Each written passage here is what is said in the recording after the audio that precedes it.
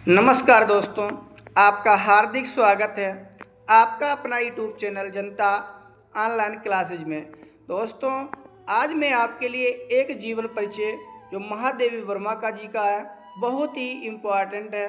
आपने UP board के लिए बहुत ही इम्पोर्टेंट है।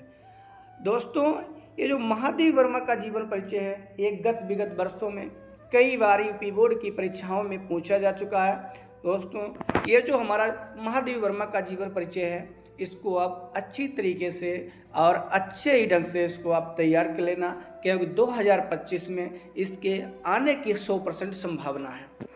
महादेवी वर्मा का जीवन परिचय। दोस्तों, किसका? महादेवी वर्मा का जीवन परिचय, जीवन एवं साहित्यिक परिचय। अब आते हैं जीवन परिचय। कहा गया है कि पीड़ा की गायिका अथवा आधुनिक युग की मीरा के नाम से विख्यात श्रीमती महादेवी वर्मा का जन्म सन 1907। कहा गया है कि पीड़ा की गायिका अथवा आधुनिक युग की मीरा के नाम से विख्यात श्रीमती महादेवी वर्मा का जो जन्म 1907 संवत 1964 में उत्तर प्रदेश के प्रसिद्ध नगर फर्रुखाबाद में होलिका दहन के पुण्य पर्व के दिन हुआ था।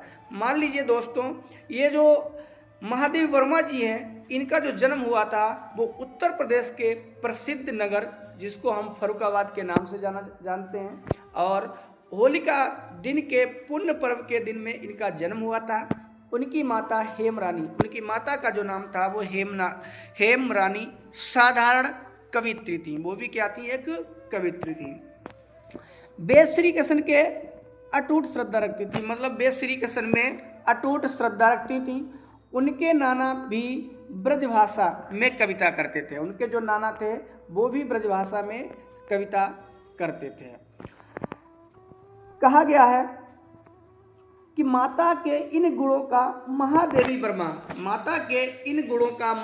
वर्मा जी पर प्रभाव पड़ा। माता जी के जो गुण थे, माता जी जो कवित्री थी, और मतलब कहा गया है कि जो उनके नाना जी थे वो ब्रजभाषा में कविताएं करते थे। नाना एवं माता के इन गुणों का महादेवी वर्मा जी पर प्रभाव पड़ा। 9 वर्ष की छोटी उम्र में, मतलब जब ये 9 वर्ष की छोटी सी उम्र में थी तो उनका विवाह स्वरूप नारायण वर्मा से हो गया था। मतलब बाल विवाह इनका हो गया था 9 वर्ष की ही आयु में। किंतु इन्हीं दिनों इनकी माता का भी स्वर्गवास हो गया। जो इन्हीं दिनों का क्या हुआ कि इनकी माता का स्वर्गवास हो गया था।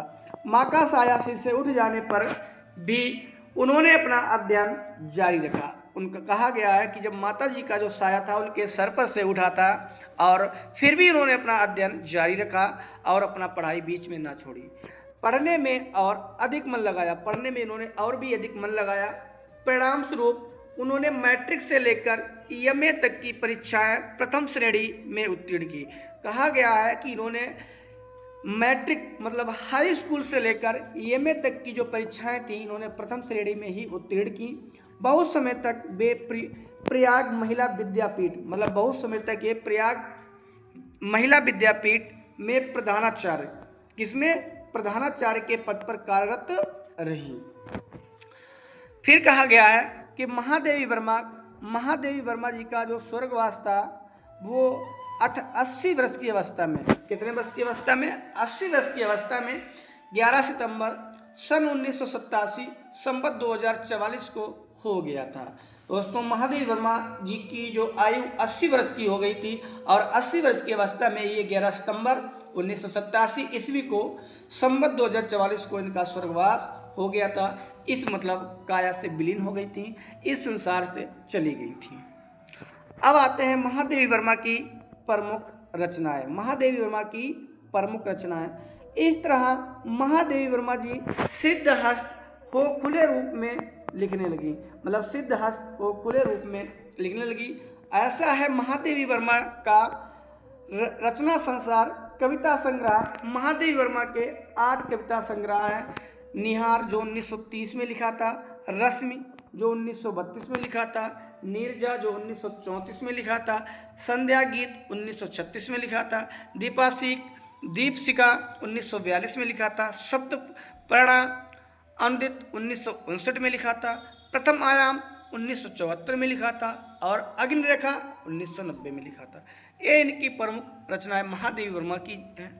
दोस्तों, आपको यह वीडियो अच्छा लगा हो, सही लगा हो तो आप सब्सक्राइब कर लेना और लाइक कर देना। थैंक यू दोस्तों।